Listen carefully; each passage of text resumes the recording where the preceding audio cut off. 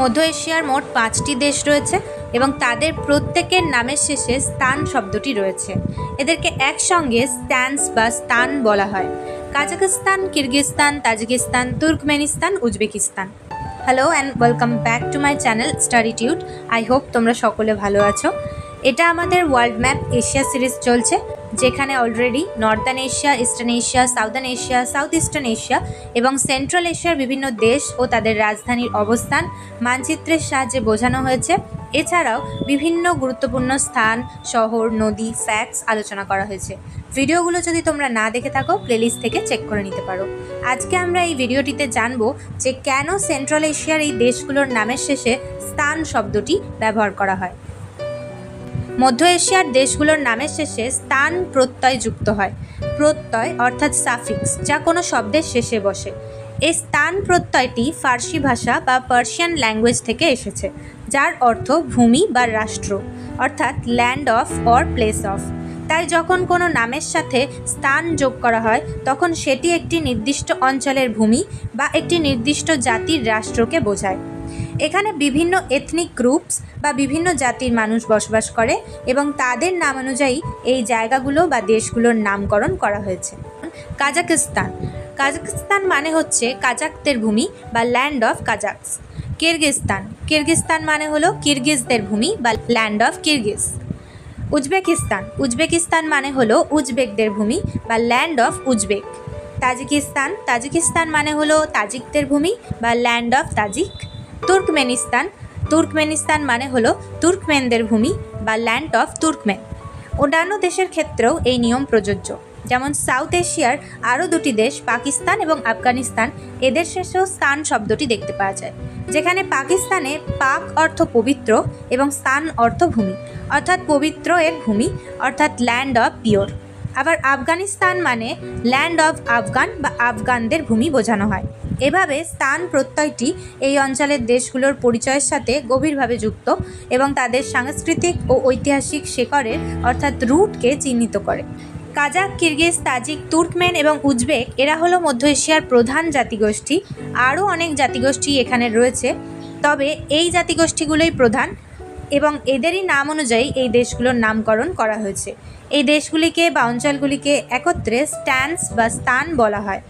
তাজিকরা ছাড়া এখানে বাদবাকি যে গোষ্ঠীগুলি রয়েছে, অর্থাৎ কাজাক, কিরগিজ, তুর্কমেন এবং উজবেক, এরা সবাই তুর্কি ভাষাভাষী এবং তাজিকরাই শুধুমাত্র এখানে ফার্সি ভাষী, যা মধ্য এশিয়ার সাংস্কৃতিক বৈচিত্র্য তুলে ধরে। কাজাখস্তানের সংখ্যাগরিষ্ঠ জাতিগোষ্ঠী হলো কাজাক এবং কিরগিজস্তানের সংখ্যাগরিষ্ঠ জাতিগোষ্ঠী হলো কিরগিজ। অর্থাৎ কাজাখস্তানে বেশি সংখ্যায় কাজাক জাতিগোষ্ঠীর মানুষ দেখা যায় এবং কিরগিজস্তানে বেশি সংখ্যায় কিরগিজ জাতিগোষ্ঠীর মানুষ দেখা যায়। সেরকমই উজবেকিস্তানের প্রধান জাতিগোষ্ঠী হলো উজবেক এবং তুর্কমেনিস্তানের প্রধান জাতিগোষ্ঠী হলো তুর্কমেন এবং এরা সকলেই তুর্কি ভাষাভাষী মানুষ। তাজিকরা তাজিকিস্তান এবং উজবেকিস্তানের একটি গুরুত্বপূর্ণ জাতি, যারা ফার্সি ভাষার কাছাকাছি একটি ভাষায় কথা বলে। মধ্য এশিয়ার বৃহত্তম জাতিগোষ্ঠী হলো এই উজবেক, যারা প্রধানত এই উজবেকিস্তানেই বসবাস করে। কাজাখস্তান এবং তার আশপাশের অঞ্চলে কাজাক ভাষাভাষী গোষ্ঠীর মানুষ দেখতে পাওয়া যায়। কাজাকরা হলো একটি তুর্কি জাতিগোষ্ঠী, যাদের প্রধানত এই কাজাখস্তানেই পাওয়া যায়। তবে উজবেকিস্তান, চীন, রাশিয়া ও মঙ্গোলিয়াতেও এদের বাস দেখা যায়। এরা একসময় যাযাবর যোদ্ধা ছিল।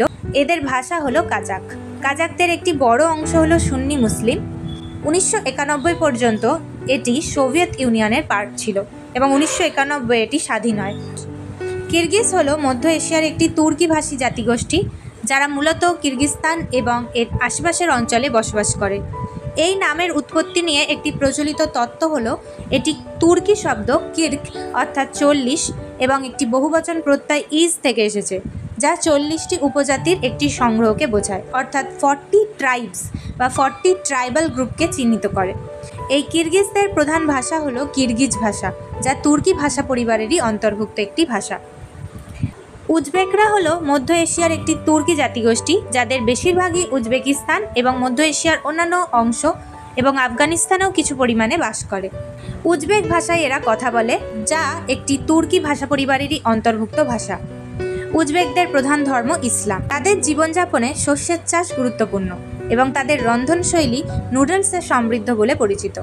এই জাতিগোষ্ঠীটি মধ্য এশিয়ার ইতিহাসে ভীষণই গুরুত্বপূর্ণ ভূমিকা পালন করছে এবং উজবেকিস্তানের সংখ্যাগরিষ্ঠ জনগণ হিসেবে এই অঞ্চলের সাংস্কৃতিক ও রাজনৈতিক জীবনে প্রভাবশালী।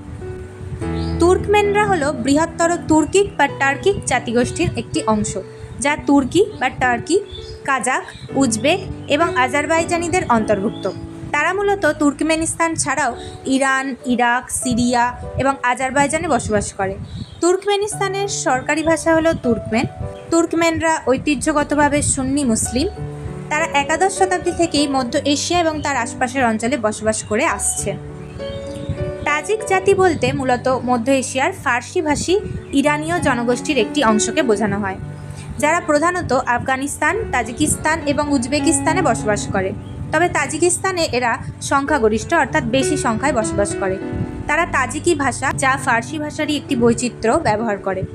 এই জনগোষ্ঠী 1920 সাল পর্যন্ত একটি স্বতন্ত্র জাতীয় পরিচয় পায়নি, তবে আধুনিক জাতীয় পরিচয় তারা লাভ করে ধীরে ধীরে তাজিকিস্তানকে কেন্দ্র করে। এই সব কটি দেশ আমরা আগেই জেনেছি যে কাজাকিস্তান, কিরগিজস্তান, তুর্কমেনিস্তান, তাজিকিস্তান এবং উজবেকিস্তান আগে সোভিয়েত ইউনিয়নের বা সোভিয়েত রাশিয়ার পার্ট ছিল। 1991 সোভিয়েত ইউনিয়ন কোলাপস করে যায় বা ভেঙে যায়। তারপর এই সব দেশগুলি 1991 সালে স্বাধীন হয়ে যায়। তার আগে থেকেই এই তাজিকিস্তানকে কেন্দ্র করে এই তাজিক জাতি আধুনিক পরিচয় লাভ করে। আফগানিস্তান হলো আফগান জাতির দেশ বা ল্যান্ড অফ আফগানস, কিন্তু আফগান জাতি বলে আসলেই কিছু হয় না। ঐতিহাসিকভাবে পাশতুন জাতিকেই এই আফগান জাতি হিসেবে বর্ণনা করা হতো, তবে বর্তমানে আফগান শব্দটিকে একটি নাগরিকত্ব সূচক বিশেষণ হিসেবে ব্যবহার করা হয়। অর্থাৎ এই আফগানিস্তানে যত মানুষ থাকবে সেদের প্রত্যেককেই আফগান বলা হবে, কারণ তারা আফগানিস্তানে আছে। অর্থাৎ এটি একটি নাগরিকত্বের সূচক হিসেবে কাজ করছে। আফগানিস্তানের সব নাগরিকদেরই আফগান বলা হবে, কিন্তু এখানে সংখ্যাগরিষ্ঠ যে জাতিটি রয়েছে, যাদের নামে অ্যাকচুয়ালি এই আফগান নামটা এসেছে, সেই জাতিটি হলো আসলে পাশতুন জাতি, যাদের আগে আফগান বলা হতো, তাই তাদের থেকেই মূলত এই আফগানিস্তান নামটি এসেছে। এখানে আরও বেশ কিছু জাতিগোষ্ঠীর মানুষ দেখতে পাওয়া যায়। তাদের মধ্যে আরেকটি জাতিগোষ্ঠী হলো উইঘুর। এই উইঘুর হলো একটি মধ্য এশিয়ার তুর্কি ভাষা, যা চীনের অভ্যন্তরে 10 থেকে 11 মিলিয়ন উইঘুর দ্বারা বলা হয়। প্রধানত চীনের জিনজিয়াং প্রদেশে এই উইঘুর জাতিগোষ্ঠীর মানুষ বসবাস করে, যারা একটি তুর্কি জাতিগোষ্ঠীরই অংশ। চীনের বাইরে 1 থেকে 1.5 মিলিয়ন উইঘুর প্রধানত এই মধ্য এশিয়ায় বসবাস করে। যেহেতু এই সমস্ত দেশগুলি একসময় রুশ সাম্রাজ্যের বা সোভিয়েত ইউনিয়নের পার্ট ছিল, যার কারণে এখানে রাশিয়ান এবং ইউক্রেনিয়ানদের বসবাসও দেখা যায়।